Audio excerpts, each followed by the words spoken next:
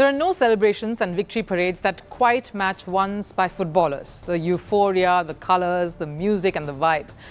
And this week saw two victory marches, one by Spain post the Euros win and the other by Argentina for their Copa America triumph. Now, I love a good celebration where players let their hair down, there is unbridled joy, passion, the crowd cheering and adoring their antics and everyone lapping it all up.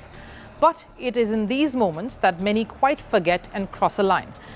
That can bear repercussions and leave a negative impact. And that's what happened in both these victory celebrations. Now, I'll start with Spain.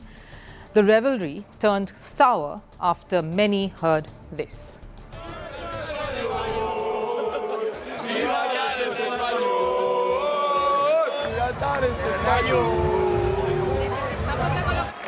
Es español, Gibraltar es español, Gibraltar es español, Gibraltar es español.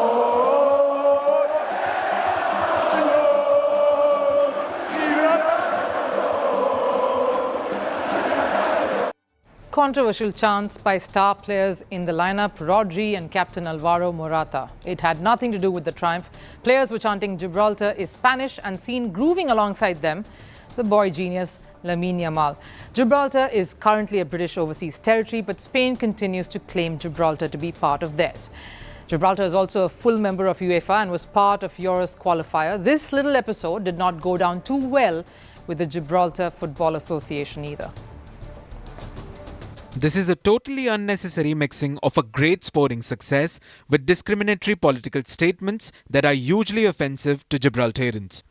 The lamentable use of the platform of celebrations around winning the Euro Cup for advancing the idea of usurping the territory of Gibraltar is contrary to the principle that sport should not be used to advance any political controversial ideology.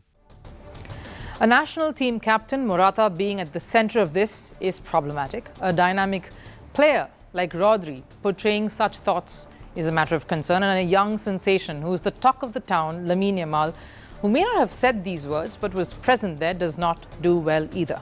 A lot of youngsters in Spain look up to these players. It's good to be opinionated, to have a voice, to stand up for what's right and what's wrong, but there is a time, there is a place, and there are certain issues that just is simply not required or has any connect to the world of football.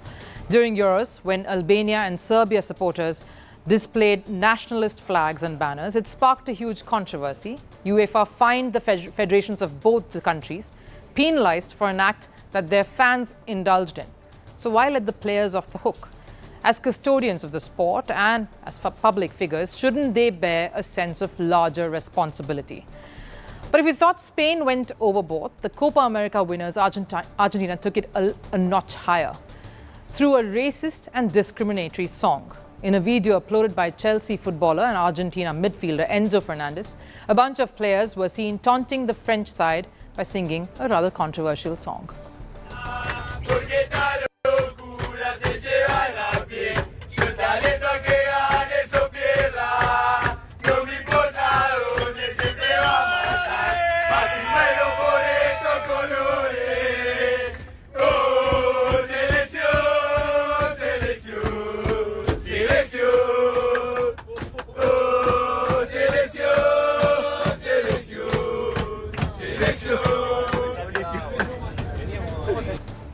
Again, nothing to do with their triumph. The very same lyrics sung by Argentina fans whenever these two sides clash. It even targets French players' sexuality preferences in a very condescending note. Not the kind of stuff that players representing a country, match winners, role models, kids look up to should be heard propagating or even uttering.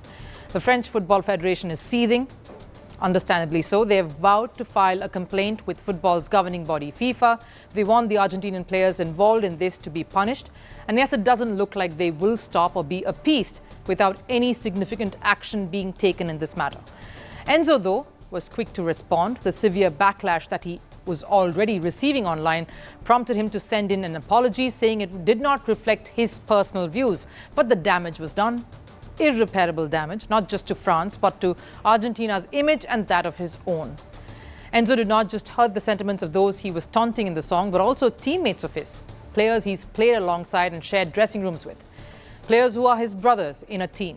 Enzo's Chelsea teammate, Wesley Fofana, who is a French player, saw the video and called Enzo out on it, saying it was racist and it had no place in today's world.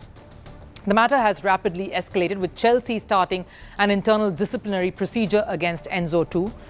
With this act, Enzo has not only alienated his people, but those who believed in him, many of his teammates and fans, and those he's shared the sport with. And why must I stop at only Enzo? There were many others there in that video who were joining in, humming the song along. They've let their country down. Now, I know sport is about winning at all cost, but just like how victory is a mandate from any athlete, maybe a check on their behavior is imperative too, because of who they are and the stature that they have as public figures and as celebrities and people who influence the mass. Lionel Messi might not have been part of these chants, may not have even sung the song, but being the leader that he is, he did not stop it from happening either. So where exactly is the line that separates fun banter and outright demeaning, hurtful condescension? Why don't you let us know?